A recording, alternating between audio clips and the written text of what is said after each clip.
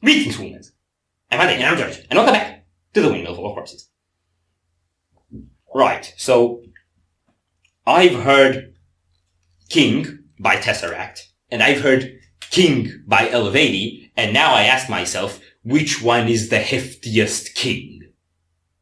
Oh, this one's gonna be the heftiest kingis. Like, those are kings that are good in their own right, but heft is not where they excel that much. I mean, Tesseract has some heft. Elevati has a little bit less. I imagine this will out-heft both of them. I also want to say, we have a friend, shout out to Dagosh, who keeps saying that CJ McCreary is the king of deathcore vocals, and I'm like, well, good luck, you've convinced him. Because he put out a song called King. I like, CJ is very self-absorbed. I'm pretty sure this is about himself. You think? I don't actually know CJ, he just gives that vibe a bit. Yes, it works for a joke. I mean, no.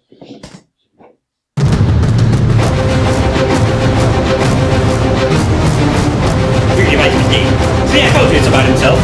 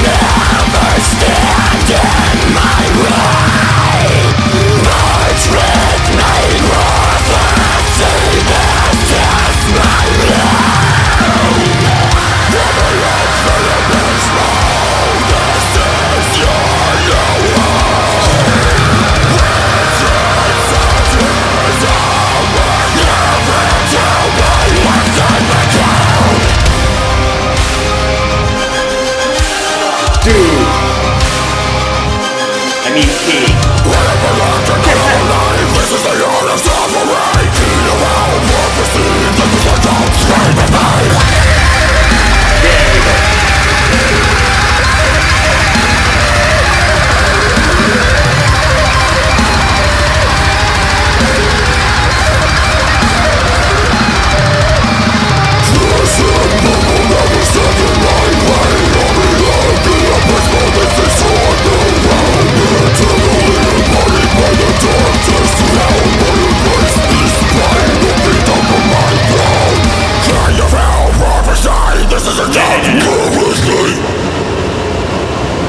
Okay.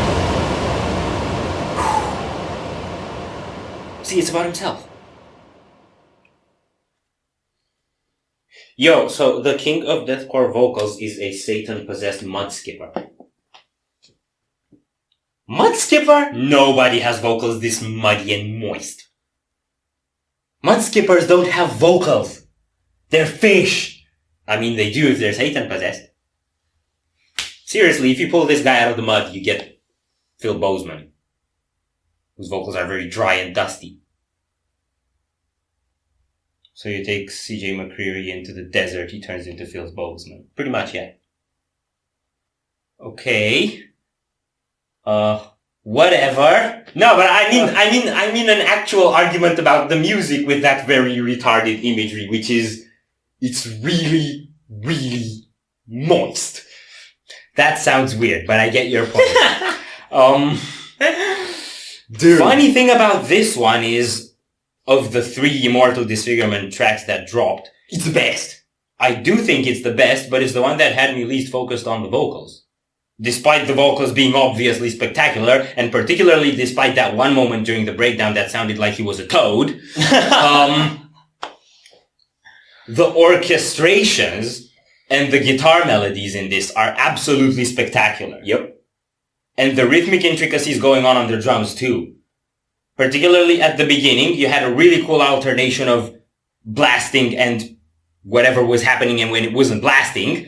That was really nice. It gave a really cool pace to the song. It was rhythmic enough that you'd get into it, but unpredictable enough to throw you off course pretty much all the time. Yep. And then at the end, after the breakdown, again, we had some really cool patterns on the drums that were basically almost like breakdown patterns, like really headbangy, but with cool, intricate kick patterns and stuff that was not like what I expected, honestly. It was a lot more trippy and a lot less just machine guns like you often get in deathcore. I like that the first solo was built on top of a breakdown pattern. Yes, and he did that thing that he also does in the Immortal video. Yes, yes, where he's like trying to take off almost. Yeah, but you see, it's a problem with that, and that's why actually he doesn't take off. It's like you do the wing stuff, but then you point your head down, and you do that while the music drops, so that's a bit self-contradictory. Yes. But it works for the video, but you're not gonna take off like that. No. CJ is the kind of dude whose head goes down and whose eyes roll up. I hate that makes sense. Seriously. I'm gonna guess that he rolls his eyes up so much because his head goes down so fast that his eyes fall behind a bit. Or maybe he's still trying to keep eye contact. Maybe. So it's like, I'm gonna be looking there, but I still see you! Okay, all the CJ jokes aside, he's a great vocalist, but what I really like about this project is, as much as he's been through the shit show and then he totally could have turned this into the CJ is back band, it's not a one-man show. Like, yeah. Especially on this one, all the elements are so well integrated. The orchestrations and the leads in particular are spectacularly built. Yeah. But he is on a throne. Yes. Are we done here? I feel like I had other things to say, but I feel like we've said enough and they don't deserve more. Yeah. So if you enjoyed this reaction, we greatly appreciate the likes and shares, and if you want some more, don't forget to subscribe with bells on. Thank you very much for stopping by. We hope you enjoyed your stay, and we'd love to see you back at the Windmill very soon. Of course you don't.